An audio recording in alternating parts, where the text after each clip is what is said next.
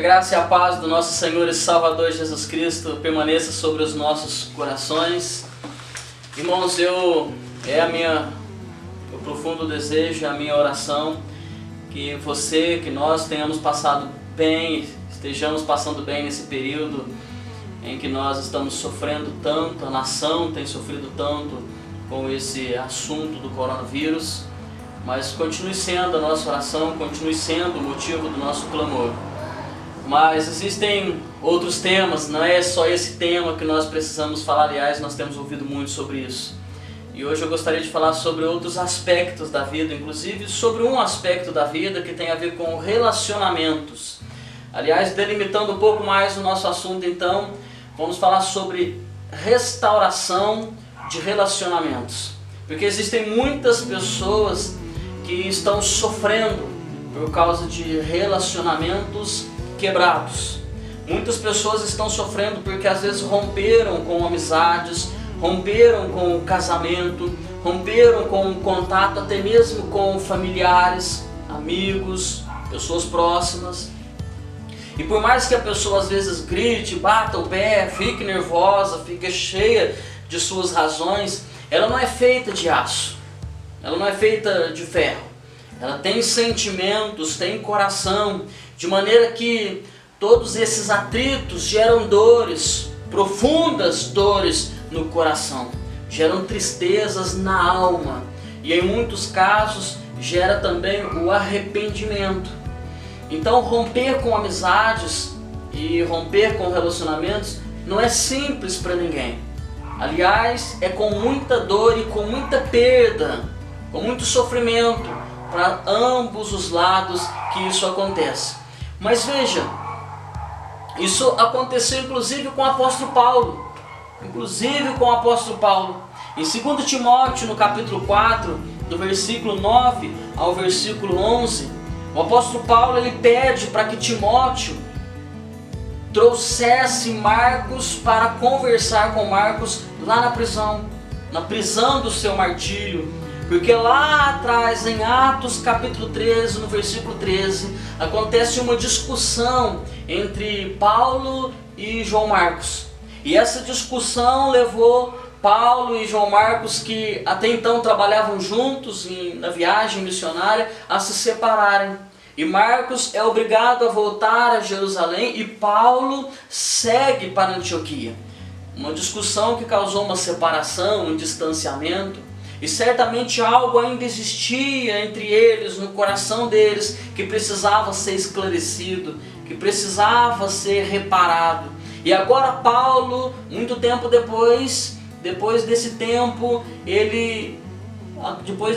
que a poeira baixou, Paulo manda chamar João Marcos para uma provável restauração de laços de amizade, para um necessário encontro de perdão e reconciliação. Há pessoas que, portanto, se ferir e ferir os outros, foi se isolando, foi se distanciando de muitas pessoas, foi sofrendo e ficando sozinha. Há pessoas que, por problemas com amigos, por problemas no trabalho, na faculdade, ou até mesmo com familiares, se distanciou das pessoas e se distanciou até mesmo de si. Distanciou a ponto de não querer mais nenhum tipo de contato e às vezes até nenhum tipo de relacionamento. Há irmãos que não se falam, pais e filhos que não se comunicam, grandes amigos que se tornaram grandes inimigos, pessoas com quem às vezes vivemos grandes histórias, grandes momentos, hoje não passamos nem perto mais. Sabe de uma coisa, queridos? É tempo de restauração. É tempo de procurarmos restaurar a amizade com aquele com quem não conseguimos mais dialogar. É tempo de perdoar, é tempo de aceitar o perdão. É tempo de amar, é tempo de aceitar ser amado. E queridos, com o apóstolo Paulo, eu aprendo que para restaurar os relacionamentos é necessário iniciativa. Paulo toma iniciativa. Ele pede para que João Marcos viesse até ele. Lógico, Paulo só não foi até João Marcos porque ele estava preso na sua última prisão, de onde ele sairia para sua execução, ordenada por Nero no ano 68 depois de Cristo. Mas Paulo, ele toma essa iniciativa de chamar a João Marcos.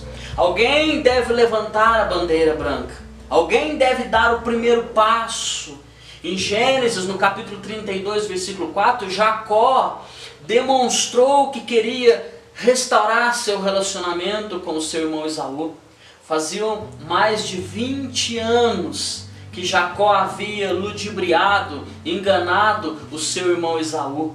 Mas agora, apesar de todas as falhas, apesar do tempo, agora ele se humilha, ele reconhece os seus erros e ele implora pelo perdão do seu irmão. Em contrapartida, Esaú também, como o ofendido da história, ele permite se sensibilizar e facilitar o perdão. É necessário sermos facilitadores do perdão. Não é necessário exigir que o outro se ajoelhe aos nossos pés. Não é necessário exigir que o outro se implore diante de nós, se humilhe diante de nós. Não, seja facilitador do perdão. Como ofendidos, precisamos facilitar o perdão. E como ofensores, precisamos pedir perdão.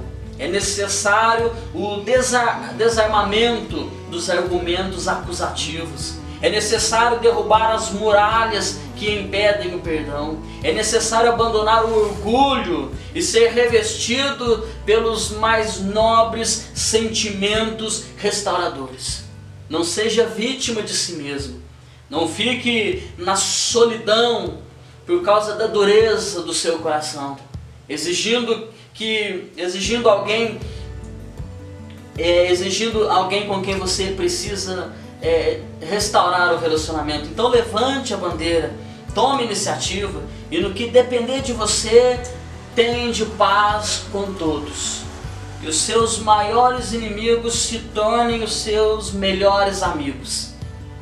Talvez você tenha enfrentado problemas nos seus relacionamentos. Se você tem alguma dificuldade para se relacionar com os seus familiares e amigos próximos, eu quero orar por você. Eu quero abençoar a sua vida. Em tempos como esse, em tempos como os que vivemos, nós precisamos de amigos, nós precisamos de bons relacionamentos, nós precisamos de pessoas próximas a nós. Em tempos como esse, nós precisamos ser pessoas próximas a outras. Em tempos como esse, em que o mundo se encontra à beira de um caos, nós não vamos chegar a lugar algum sozinhos. É necessário nós começarmos a reestruturar algumas coisas. E talvez os nossos relacionamentos é por onde nós precisamos colocar a nossa casa, a nossa vida em ordem.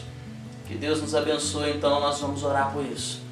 Pai, nós entendemos, ó Deus, que nesse mundo não vivemos sozinhos. Nós entendemos, ó Deus, que o Senhor nos constituiu como família, como igreja, como povo do Senhor. Porque entende, ó Pai, que sozinho nós não vamos chegar a lugar algum. Então, ó Deus, mas nesses atritos que às vezes nós temos e encontramos na caminhada conjunta, nós pedimos a Deus então que o Senhor ajude-nos a sensibilizar o nosso coração, a amar e perdoar o nosso próximo, a amar a nós mesmos, ajudando assim-nos a liberar perdão àqueles que têm nos ofendido, ó Pai. Mas também, ó Deus, termos a sensibilidade e o coração quebrantado para pedir perdão. Que o Senhor ajude-nos, ó Pai, a melhorar os nossos relacionamentos, para que haja verdadeira comunhão, para que haja verdadeiros e profundos relacionamentos. É o que nós te pedimos em nome de Jesus. Amém, Pai. Amém. Que Deus nos abençoe em nome de Jesus. Que a graça do Senhor continue nos fortalecendo e renovando as nossas esperanças em dias e em tempos como esse. Um forte abraço a todos nós.